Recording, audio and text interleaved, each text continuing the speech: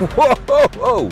Det her, det er den elektriske MG Cyberstar. Fuldt elektrisk roadster. Man har faktisk ikke rigtig nogen konkurrenter ude på markedet i øjeblikket. Og så er den kinesisk. Don't shoot the messenger. Den her bil, den deler folks holdning i to. Enten så elsker man den, eller også så hader man den. Personligt, så må jeg sige, at efter at have kørt i den her bil i over en uge, der er jeg på holdet, der elsker den her bil. Jeg har faktisk også tænkt mig at mødes med en 3 gange Lamborghini-ejer for at høre, om han synes, at det her det er god, eller om det er dårlig stil. Og så har jeg tænkt mig at vise dig, hvordan den her bil som elbil rent faktisk overpræsterer på et ret væsentligt punkt i forhold til, hvad MG de lover dig. Lad os se at komme i gang. Videoen her er bragt til dig i samarbejde med Energi. Energi er det energiselskab, jeg selv bruger, både til strøm til huset, men altså også til at lade min private bil med. Og det gør jeg, fordi jeg godt kan lide den ordentlige måde, hvorpå tingene foregår på, og så er priserne rimelige. Videoen er også bragt til dig i samarbejde med Det Grønne E. Når du finder et værksted med Det Grønne E på facaden, så finder du et værksted, der har specialiseret sig i at servicere og reparere el- og hybridbiler. Så er videoen bragt til dig i samarbejde med Keratech. Keratech er eksperter, når det drejer sig om dæk og fælge og dermed komplet hjul til elbiler. Husk, der ligger relevante links i videobeskrivelsen, og at du altid støtter mig bedst ved at benytte mine samarbejdspartnere. Det her, det er en MG Cyberstar. En bil, der i Danmark bliver udbudt i 2 varianter. Den ene, det er Trophy-udgaven, den starter ved 500.000 kroner. Den her, det er GT-udgaven, den koster 50.000 kroner mere. Det du primært får, det er 4-hjulstræk den her. Den kommer standard på 20 tommer, hvor Trophyen kører på 19 tommer. Og så kommer en GT-udgave også standard med Alcantara-kabine og lidt kunst Alcantara-stof på siderne. En bil som den her, den ender lige godt i 563.000 kroner, inden man er færdig. Det er med tilvalget på farven, så har den fået nogle bundmåtter, og så har den også fået en rød kabine, som man også betaler en lille smule ekstra for. Men det er det udstyr, man kan købe til den. Du kan ikke gøre mere ved den. Altså 563.000 kroner for en bil, hvor døren stikker lodret op i luften, når du skal ud af den. Det er naturligvis heller ikke den mest praktiske bil i verden. Der er 2 sæder, og bagagerummet er, hvad det er. Men når man kun har 2 sæder, så har man jo heller ikke behov for ret meget bagagerum. Faktisk, så synes jeg, det værste ved bagagerummet, det er den her låsemekanisme her, som ligner et eller andet, der er sat på med en gaffel. Så er der selvfølgelig det faktum, at den her fuldt elektriske Roadster, som jo bærer et MG-logo, står jo for Morris Garage, i dag er produceret af kinesiske SAIC, eller SAIC. Jeg ved faktisk ikke helt, hvordan man udtaler det. Men det korte og lange er, at man hernede på skørtesættet bagerst har skrevet 100-års jubilæumsmodel. Og det kan man måske godt bære et eller andet sted. Men den her bil, den er altså grundlag for en masse diskussioner, fordi det helt store spørgsmål, det er jo, om det her, det er fedt, eller om det er dårlig stil. Måske har du set min forrige video, hvor jeg egentlig dybest set talte om solceller og det at være elbilejer. Jeg mødtes med Michelle fra Energi i Aarhus. Hvis du ikke har set den video, så tjek den ud. Den er lige heroppe i hjørnet. Michelle kunne jo egentlig godt lide den her bil. Hun synes alligevel bare, den var lidt for meget. Og derfor så satte jeg mig for at spørge en anden i min bekendtskabskreds, som er ven til døre, der stikker lige op i luften. Goddag, Jimmy. Goddag, Brian. Og tak, fordi jeg lige måtte låne dig et øjeblik. Selvfølgelig. Tak, fordi jeg måtte komme. Brian, du er jo også YouTuber ligesom mig. Ja. YouTuber om biler. Og du bor 10 minutter kvarters kørsel fra, hvor vi står lige nu. Dit univers, det er jo så meget anderledes. Det må man sige. Ja. Jeg har jo sådan set kontaktet dig, fordi at du er den eneste, jeg kender, som har daily-driven Lamborghini'er i flere sæsoner. Ja, lige præcis. Ja. Og det gør du ikke lige nu, og det har du været meget åben omkring, hvorfor på din YouTube-kanal, og det kan man tjekke der. Ja. Så det skal vi ikke snakke om. Hvad tænker du, når du ser sådan en bil?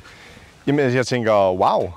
Altså, det var min første indskydelse. En mega fed farve. Jeg elsker den her candy-røde farve. Altså, der er virkelig noget at spille i den. Jeg er fan, altså det må jeg sige. Ja. Og så ser jeg altså mange forskellige bilmodeller lidt smeltet i en her. Ja, hvad ser du? Jamen, Aston Martin. Meget hen af siden her. Ja. Især hen ved bagskærmene. Så ser jeg noget Jaguar F-Type faktisk også ved forlygterne. Ja. Og kabinen, der har vi også noget Jaguar F-Type design.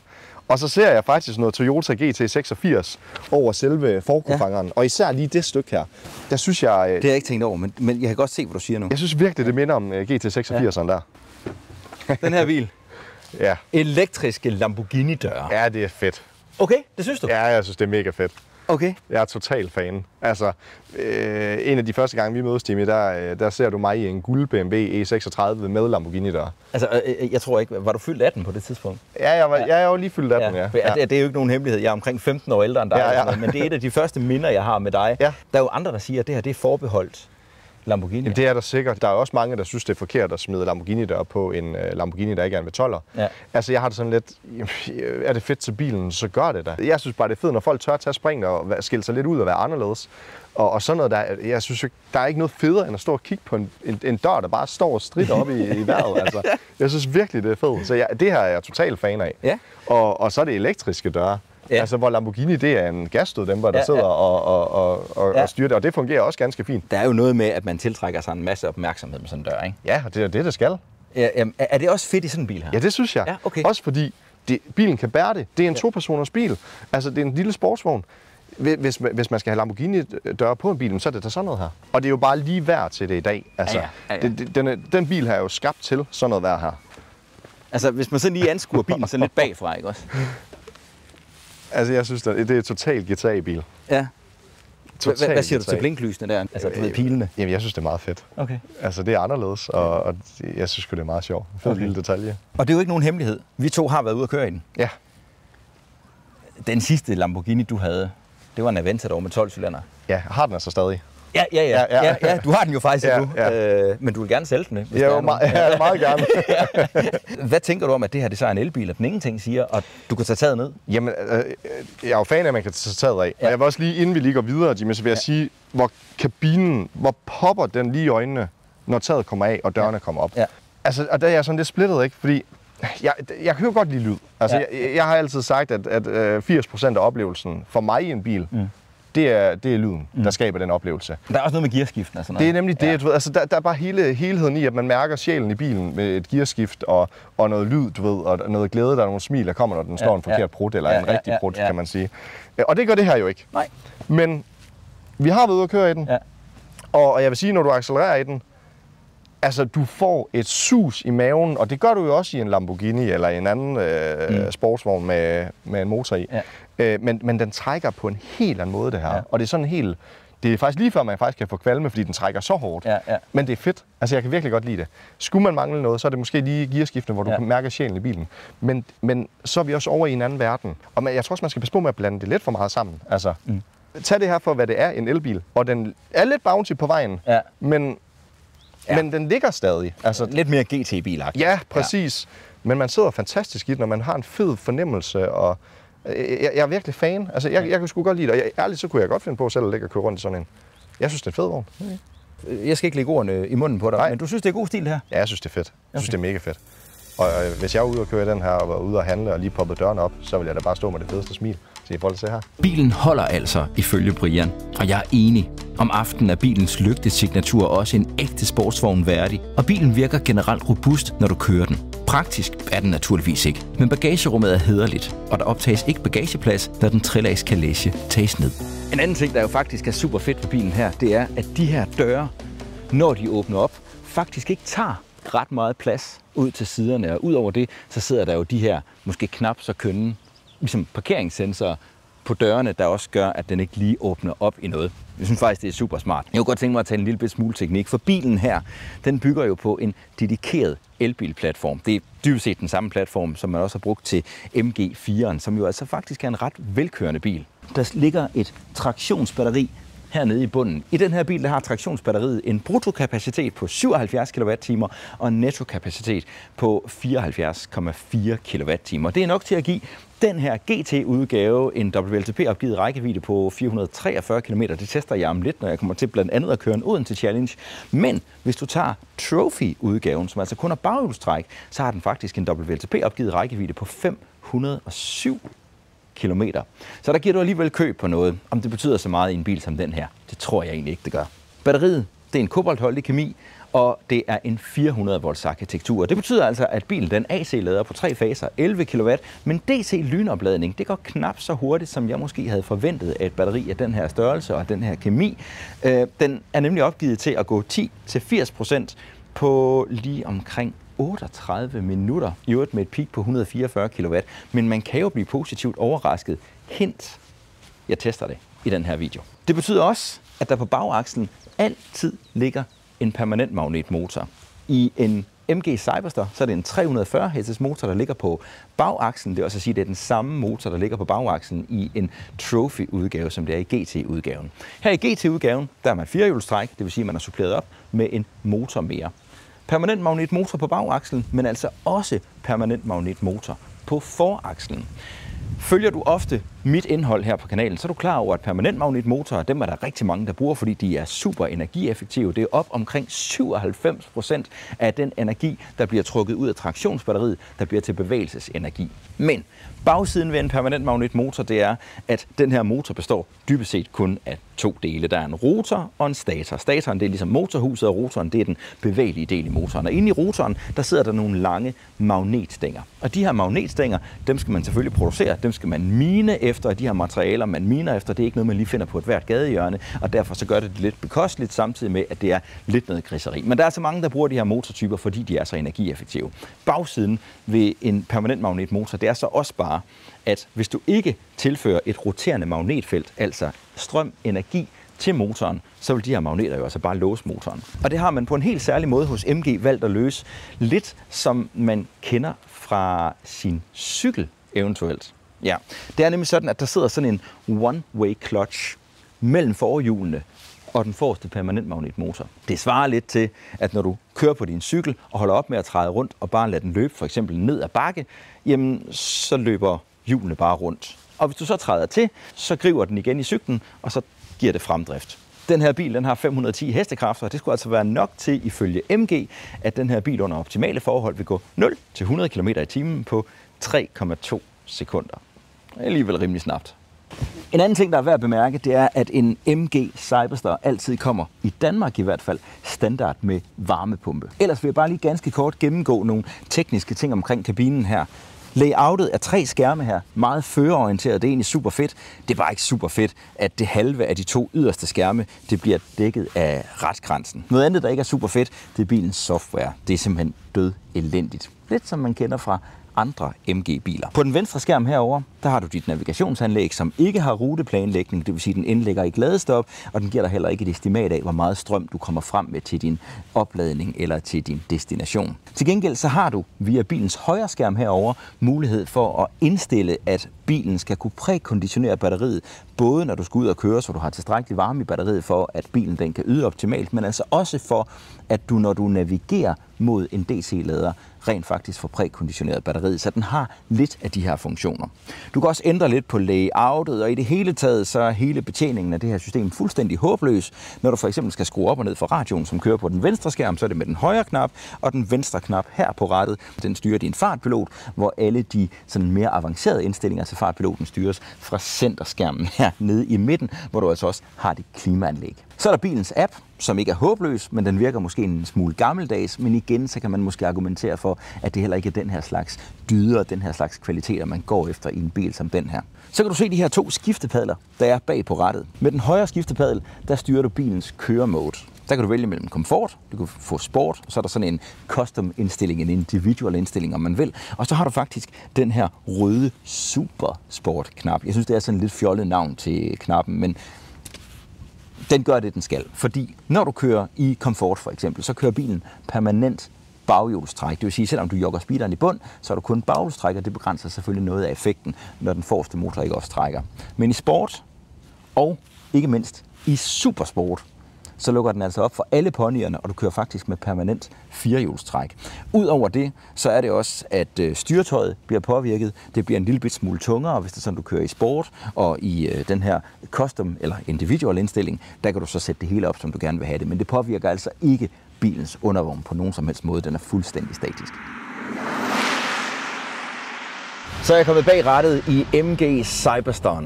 Og lad mig lige få en ting på det rene. Det her det er en bil, jeg har lånt af den danske importør af MG. Der er ikke nogen penge imellem os. De får ikke mulighed for at gennemse videoen, inden jeg uploader den, og de har heller ikke indflydelse på, hvad jeg mener og siger i den her video. Til gengæld så har videoen her jo altså flere sponsorer, blandt andet energiselskabet Energi, som er det energiselskab, jeg selv bruger. Det er et energiselskab, som jeg har været kunde hos i længere tid, og nu er de altså også sponsor her på biler.tv. Grunden til, at Jeg er kunden hos Energi, men det er primært fordi, at jeg godt kan lide tingene, de foregår på sådan en ordentlig og jysk måde. Det er noget, der tiltaler mig i hvert fald. Energi har specialiseret sig i hjemmeopladning, og derfor så synes jeg bare, at de har gjort alting rigtigt i forhold til den højest mulige refusion. En god, lav pris på strømmen, og også en god og ret fornuftig lav pris på det her serviceabonnement. Koster 69 kroner i måneden for at kunne få den fulde refusion. Det er et energiselskab, som jeg vil anbefale, at du tjekker ud, hvis du er i markedet, og hvis du kommer i snak med Energi, så må du endelig hilse fra mig. Lad os vende tilbage til, hvordan den her bil den kører. MG Cyberstaren, den ligner, jeg er nødt til at sige mere end 1 million, når den kommer kørende. Den kører måske ikke helt lige så skarp, som den ser ud. Det er en rigtig fin bil, hvis man bare ligger og kører ganske almindelig kørsel og gerne vil for eksempel ud til stranden og have en is, eller på en weekendtur et sted igennem landet og sådan noget. Det er den fin til. Men hvis du drømmer om at give den gas ud af de snoede små veje, så er det ikke rigtigt det, den her bil den er bedst til. Den bouncer lidt, og den er lidt mere indlevende i styretøjet end så mange andre kinesiske biler, jeg har kørt. Men det er ikke på niveau med en fuldblods sportsvogn racerbil, som jeg da trods alt også har prøvet nogle enkelte af igennem tiderne. Når vi snakker assistenssystemer, så er det måske ikke det mest oplagte at tale i en bil som den her. Den vil du jo gerne køre, når man er ude og opleve verden, måske endda uden tag, som jeg gør i dag. Men assistenssystemerne er faktisk noget af det bedste, jeg har prøvet fra MG. Det er hæderligt. Du har en hæderlig adaptiv fartpilot. Du har også en autostyring, som dog slår fra, når du kommer på motorvejen, og i hvert fald kører 130 km i timen. Jeg kan ikke helt finde ud af, hvilken hastighed den slår fra, men lige pludselig, så er den der i hvert fald ikke. Du har også lygter, som er hæderlige, bare automatisk op- og nedblænding, men det fungerer okay. Så er der alle de her ADAS-systemer, som er lovgivningsbestemte og en smule irriterende, men de er dog forholdsvis lette at slå fra nede på den centrale skærm her i midten. Så er der det med, at du kan køre Calation op og ned op til 50 km i timen faktisk. Det synes jeg faktisk er en meget fed feature. Og når du kører Calation op, så er støjniveauet okay. Det er heller ikke mere end det. Det er en 3-lags kalesje, men det støjer mere i kabinen her, end det gør i så mange andre biler. Det kan jeg lige så godt være ærlig at sige. Men jeg synes så til gengæld, at når du kører med kluden nede, som jeg gør i øjeblikket, så har MG altså fået styr på aerodynamikken. Det fiser ikke rundt med luft her. Der er den her windbreaker bagved. Når ruderne er oppe og sådan noget, jamen, så fungerer det faktisk rigtig fint. Og jeg vil fint, hvis jeg havde lyst til det, kunne køre en længere tur med Calation nede. Det man selvfølgelig skal huske på, det er, at havde den her bil haft en forbrændingsmotor, så havde der været noget restvarme, så havde det jo været således, at man jo bare kunne fyre op for varmen, når man for eksempel i 10 graders varme synes, at nu er det på tide at få Rockstar-briller på og komme ud og vise sin cabriolet. Og det kan man jo også sagtens i den her bil. Man skal bare vide, at når man fyrer op for varmen i den her bil, så bruger den altså energi fra traktionsbatteriet, fordi at den ikke har en restvarme fra drivlinjen. En elbil, den er hamrende energieffektiv, og derfor så er det federe at køre med kluden nede, når vejret virkelig er til det. Når det så er sagt, altså lige nu der står klimaanlægget for 8,2% af bilens forbrug. Så det er lidt højt, men jeg kører så heller ikke mere end 40-50 km i timen, mens jeg kører og snakker her. En anden ting, som faktisk er ret fornuftigt, vil jeg sige ved bilen her. En anden ting, der faktisk er rigtig fedt ved bilen her, det skal MG have, det er, at den faktisk har en rigtig fin vendediameter. Den er okay at komme rundt med. Der er ingen tvivl. Når du har Calation oppe, så er der gigantiske blinde vinkler rundt omkring. Det er lidt hjulpet af, at du har et 360-kamera i bilen, og det fungerer okay. Men det her, det er en bil, som er forholdsvis agil. Du kan godt bruge den også, hvis du skal vende rundt på lidt snørklede veje, for eksempel ind i en bymidt i en ældre by. Men lad os komme til sagen. Lad os få fundet ud af, hvordan den her bils forbrug egentlig er. Jeg starter med en tur rundt om Ringkøbing Fjord. Det er en tur, der er ren landevej stort set hele vejen rundt. Godt 140 km, det er det, jeg kommer til at køre, og det gør jeg med kluden oppe, fordi ellers så bliver det altså lidt for koldt. Bilen her, den har jo ikke noget estimat af, hvor meget strøm jeg kommer frem med, så det bliver en ren og skær forbrugsmåling. Som altid, så skal jeg selvfølgelig tage tid på turen.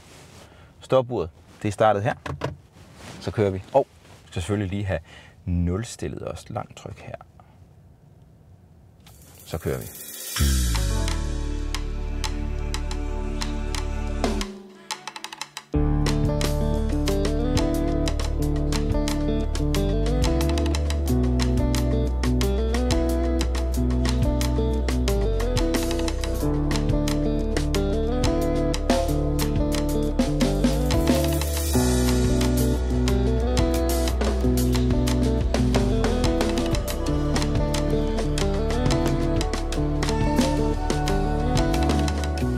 Sådan. Så skal vi lige have en mellemtid her engang. 2 timer og 5 minutter. Jeg er tilbage med 29% state of charge, og forbrugstallet hedder 166 watt-timer per kilometer. Inden jeg lige dykker ned i tallene for den her Ringkøbing Fjord-tur, jamen så får du altså også lige min Odense Challenge, hvor jeg kører E20-motorvejen af den hurtigste strækning motorvej i Danmark med den højst tilladte hastighed hele tiden. Og så prøver vi at sammenligne lidt, hvordan forbruget ser ud der. Jeg befinder mig ved Esbjerg Lufthavn. Jeg er ikke ved ladeanlægget lige derovre, og det er jeg ikke, fordi jeg lige nu har 82% state of charge, som man kan se her.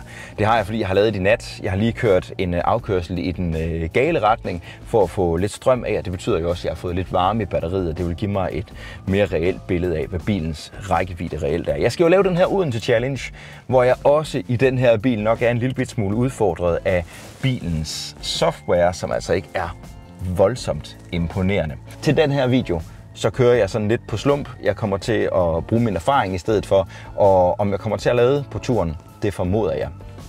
Det er jo blevet en del bedre vejr, og så nulstiller jeg lige mit forbrugsmeter her også en gang. Så mangler jeg bare lige at starte et stopur. Det gjorde jeg her. Så kører vi.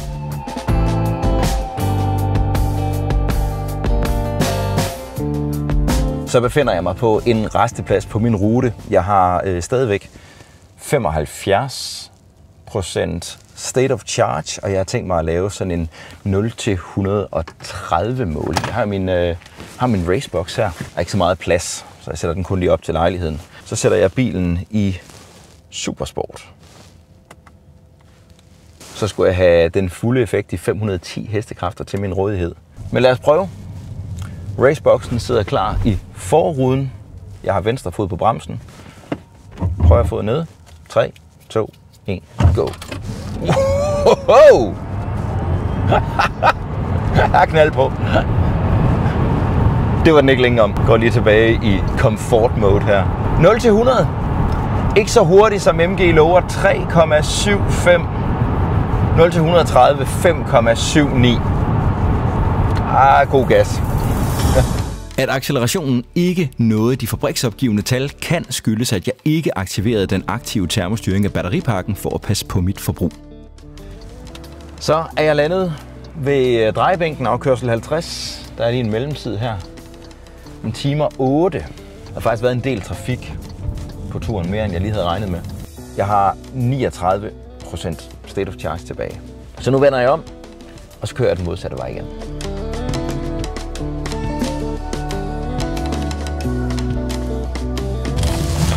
Så er jeg ved Lillebælt Nord.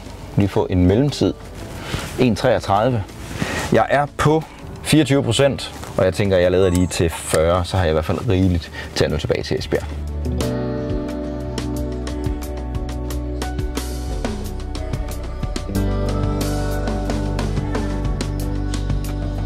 Jeg har siddet her i en 8-9 minutter, og jeg er faktisk på 39% nu. Bilen har ikke rigtig peaket over 100, den er på 99,2 kW.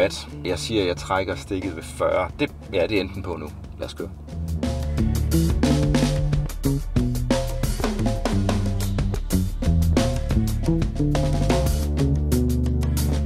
Så er jeg tilbage ved Esbjerg Lufthavn. Lad os lige tage en mellemtid. Der står 2:27. Og så trækker jeg faktisk 4 minutter i dag, fordi jeg både brugte lidt tid på at filme. Som man kan se her, så er mit forbrug 250 watt-timer per kilometer, og jeg har 9% state of charge. Jeg skal nok lige gå de der tal efter lige om lidt. –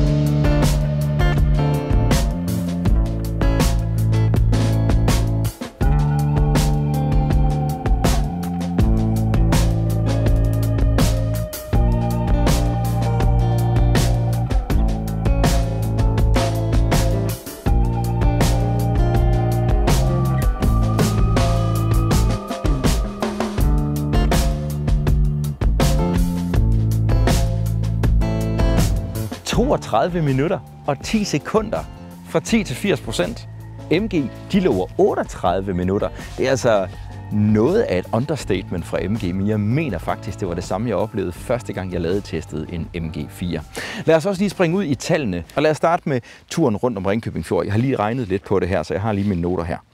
Den tur, den blev kørt med en gennemsnitsfart på 67,2 km i timen. Det er lidt langsommere end gennemsnittet, men det er simpelthen fordi, der stadigvæk er noget vejarbejde på ruten. Jeg startede ved 61% state of charge, sluttede ved 29, det vil sige, det tog 32 procentpoint, og bilen opgav, at den havde et forbrug på 166 watt-timer per kilometer. Det, jeg ligesom har bemærket ved bilen, det er, at bordcomputeren, den er måske en lille bitte smule optimistisk, hvor at procenterne ikke ryger helt lineært af. Så det, jeg kan konkludere, det er, at jeg vil have en praktisk rækkevidde på omkring 440-445 km på landevej under de forhold, jeg kørte rundt om Ringkøbing Fjord med. Så gik det jo lidt stærkere, da jeg kørte på motorvejen i min Odense Challenge, og dermed så stiger forbruget, og rækkevidden falder. Her havde jeg en gennemsnitshastighed på 116 km i timen, hvis jeg modregner for mit ladestop. Jeg opladede bilen i 8,5 minutter, og jeg mistede lige omkring 10 minutter, fra jeg kørte af motorvejen til jeg kørte på motorvejen igen. Bilens bordcomputer sagde på min Odense Challenge, at jeg havde et forbrug på 250 watt-timer per kilometer.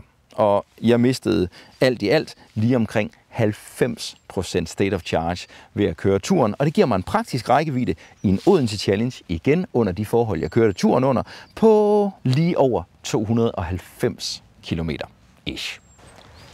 Men prøv at høre, jeg kan ikke skjule min begejstring for den her bil. Jeg er vild med en bil, der kan det her. Og jeg er godt klar, det er ikke en bil, der skal vurderes som alt muligt andet, jeg viser på den her kanal, og det her det er heller ikke en bil for mig.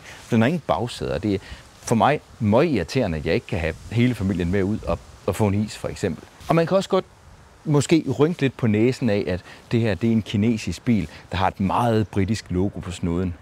Men jeg er nødt til at formidle den følelse, den bil den har givet mig, når jeg har kørt den. Og det er altså en kæmpe fest. Jeg skal være helt ærlig, jeg synes, det her det er et røverkøb. 563.000 for en bil, der ser sådan der ud. Den er jo bedre end en kontaktannonce, den her bil. Altså uanset hvor man er, så kommer der folk hen og vil tale med dig, når du er kørende i den her. Man kan selvfølgelig godt være bekymret for, om den her bil, den på en eller anden måde tager skade af at blive gammel, sådan rent designmæssigt, om den så bliver sådan lidt kitsch i stedet for. Det tror jeg ikke. Jeg synes, alle proportioner sidder lige i skabet, og så er det jo ikke en bil, du kommer til at se på hvert gadehjørne. Så på den måde, så tænker jeg, at den bliver ved med at være fresh, og men den nok får nogle også ret interessante konkurrenter med tiden. Så er der det der med, at det her det er en elbil, og de fleste biler af den her type, de skal brumme, de skal larme, de skal sprutte osv. Men der hæfter jeg mig lidt ved, hvad Brian Frederiksmose sagde fra BF Lifestyle, og han faktisk også virkede ret begejstret for bilen. Så alt i alt, jeg er begejstret. Thumbs up for, at MG er gået hele vejen, særligt med de der døre. Og så er det jo også en okay teknisk pakke, som du altså også er ret sikker i, fordi den jo altså kommer med 7 års fabriksgaranti, eller 150.000 km, som jeg tror, de færreste når at køre på 7 år i en bil som den her. Lige her, der ligger der en video, som YouTube mener, du kunne have interesse i at se. Den er om elbiler. Herover hvor jeg står med piu pistolfingre, der kan du trykke, hvis du gerne vil være gratis abonnent af min kanal. I videobeskrivelsen, der ligger der relevante, der ligger spændende links, og husk, at du allerbedst støtter mig ved at benytte mine samarbejdspartnere. Husk så også at passe godt på dig selv og hinanden på YouTube, og tal pænt i kommentarsporet.